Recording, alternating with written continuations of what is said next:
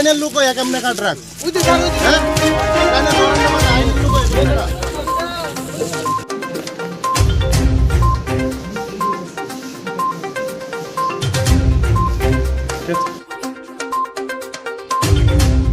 Tabuke phekjangnai manui gorongjak naimbuthang rokse manjak siu abo haikeno thangnai talsa talnoi sikang kasawui phaimani Agartala salka bwrwi thanao khoroksa constable phekjangnai manui gorongjak manjakmani abo haino tei kaisa mangpili kasawui phaikya Teliamura thana bai khopjak Lalu Chora Kali Mondir amchayo Saimankha amchani lukurok manjakha uniform chumjak khai police constable ke phek chawi tongmani yagulo naimuthangrok phaiye tlangai thangka Prosenjit Singha mungui khoroksa constable police no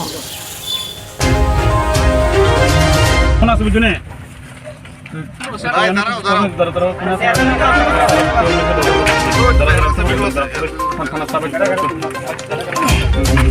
ভাই তোমার নাম কি? পৌঁছেছ না কি কারণে আইছিলে এই জায়গাতে? ওই তারা দুজন লোক তারা মন্দির দেখাবো কইছে আমি আনছিল এই যে তার নামও জানি না আমি নামও জানি না তোমার পকেটে কি পাইছি? ও আমি তারা গাইতে মাত্র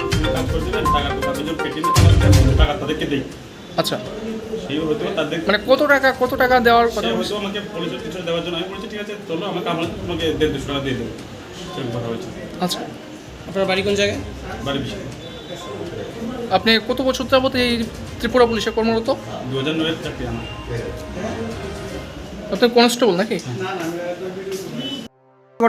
ঘটনা হচ্ছে আমরা আসলাম ওই জায়গাতে একটা মন্দিরের সামনে বয়ে রয়েছি তো অনেক দেখতেছি একটা টমটম দিয়া তোমার স্টাফ আর দুজন আইতাছে তো আমরা মনের ভিতরে সন্দেহ থাকছে একটা অনলাইন ডিউটির ভিতরে একটা মানুষটা কেমনে আয়ে এই জায়গার ভিতরে এটা তারপরে আমরা তার পিছু আইছি আয়া দিহি মন্দিরের ভিতরে ওই জায়গার ভিতরে আয়া সেটা ওই তা ড্রাগস লইতাছে আমরা দিকে থতবত গায়ে গেছে গায়ে পরে চেক করছি পরে ওই ড্রাগস কতলা আসলো আয়া পরে শিকার গেছে তার সঙ্গে একটা পয়সা মানে মুখ দিয়ে টানতাছে হ্যাঁ এটা সে তার নাম কি?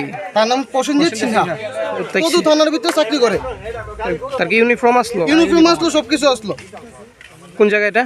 এটা হচ্ছে তেলিয়ামুড়া 4 নম্বর ওয়ার্ড না 4 নম্বর মাইগঙ্গা 4 নম্বর ইয়া কি কালীবাড়ি না আমি তো পিএসএফ করতে আমি ডিউটি ছেড়ে আমি যখন তো এখানে তো কম্পি চম্পনি সম্ভবত ফেয়ার সার্ভিস চম্পনি ওখানে যখন পার্সোনাল কাজের জন্য আসি তখন ওনারা আমাকে জিজ্ঞেস করে কে জন এসেছেন তাহলে আমি যখন যেহেতু টাকা পয়সার পর আমি বলিনি ওনাদেরকে তারপর ওরা করতে আমার একজন লোক আছে পেটিএম কাজ করে আমি আপনাকে নিয়ে যাবো তারা আমাকে প্রথম নিয়ে যেতে তারা বলতে কারা? এই যে দুজন।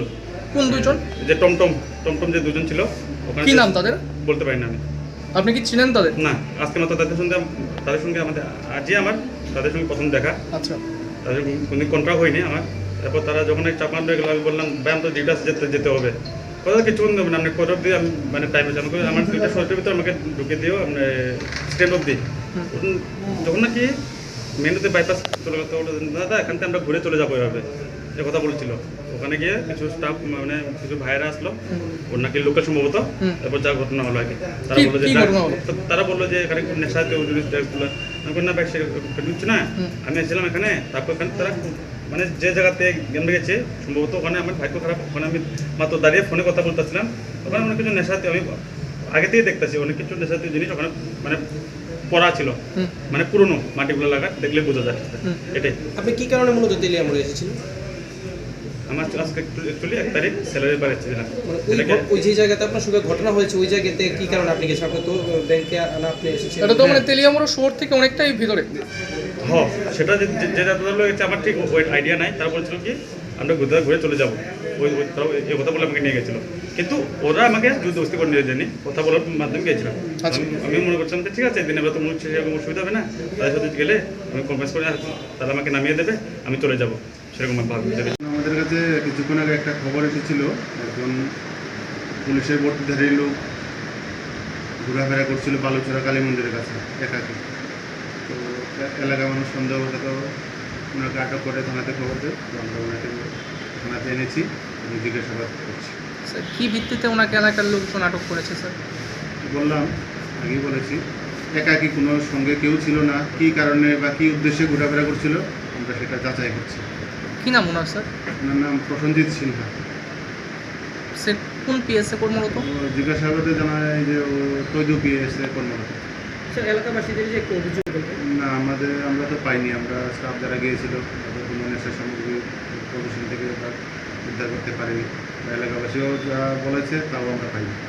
স্যার আমরা তো মানে আমাদের কাছে প্রমাণ আছে স্যার এই বিষয়ে। ঠিক আছে, যদি এরকম থেকে থাকে আমরা অবশ্যই এটা জিজ্ঞাসাবাদ করবো, কোথা থেকে এনেছি, কেন এসেছে, ওর উদ্দেশ্য কী ছিল এখানে ঘোরাফেরা করার, কোনো স্থল তো তৈরি।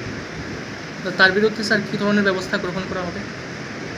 এখন আমরা জিজ্ঞাসাবাদ চালিয়ে যাচ্ছি, দেখি আইনত যা ব্যবস্থা